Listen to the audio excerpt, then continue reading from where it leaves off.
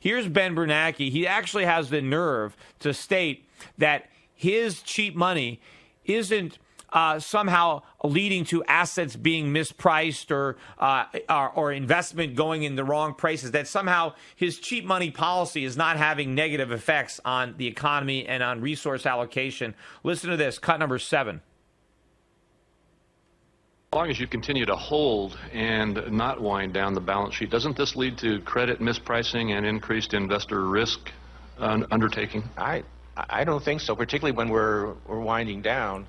What? I don't see that there's any real difference between, for example, our holding mortgage-backed securities, which is intended to strengthen the housing market, and usual monetary policy, which lowers long-term interest rates through short-term rate cuts, which is also intended to strengthen the housing market. The housing market is always an important channel of monetary policy. This is just so I don't really see that there's any significant misallocation going on there. I mean, is he kidding me? He doesn't see any difference between normal monetary policy and the quantitative easing that he's doing now, these extraordinary measures. He said, I don't think so, in answer to the question, are your monetary policies causing credit to be mispriced? I don't think so. That is the direct intent of the policy. He implemented the policy to bring interest rates down to levels below their natural rate. He is trying to influence interest rates and direct the flow of credit to housing and government and away from other sectors. Of course, he's manipulating interest rates. Of course, he's creating a misallocation of resources and credit. That is the exact intent of his policies, and he claims credit for it. Yet when he's called on it, he just lies. I mean, that's what he does. He's a liar. That's his natural tendency, is to lie. Now, here is where he talks more about it and tries to discredit the Austrian school without mentioning it by name, but shows his complete lack of an understanding of the free market, or the Depression, where he claims to be an expert. Here, cut number 8. About artificial growth. During the 30s, there was this view called the liquidationist view, which held that recessions and depressions were healthy. They purged the evils out of the system.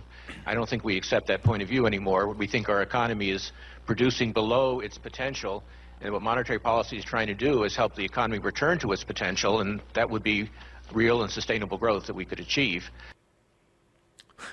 What monetary policy is doing is preventing the economy from returning to its potential. He mentions the liquidationists in the 1930s, and they said that the recessions and depressions were healthy. They were right.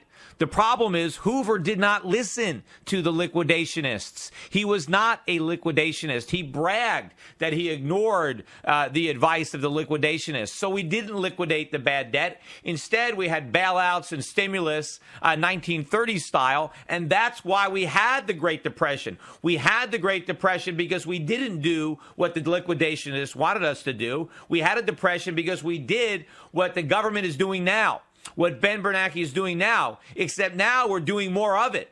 Now we're doing it even worse. We are making even more mistakes today than Hoover made and Roosevelt made back in the 1930s.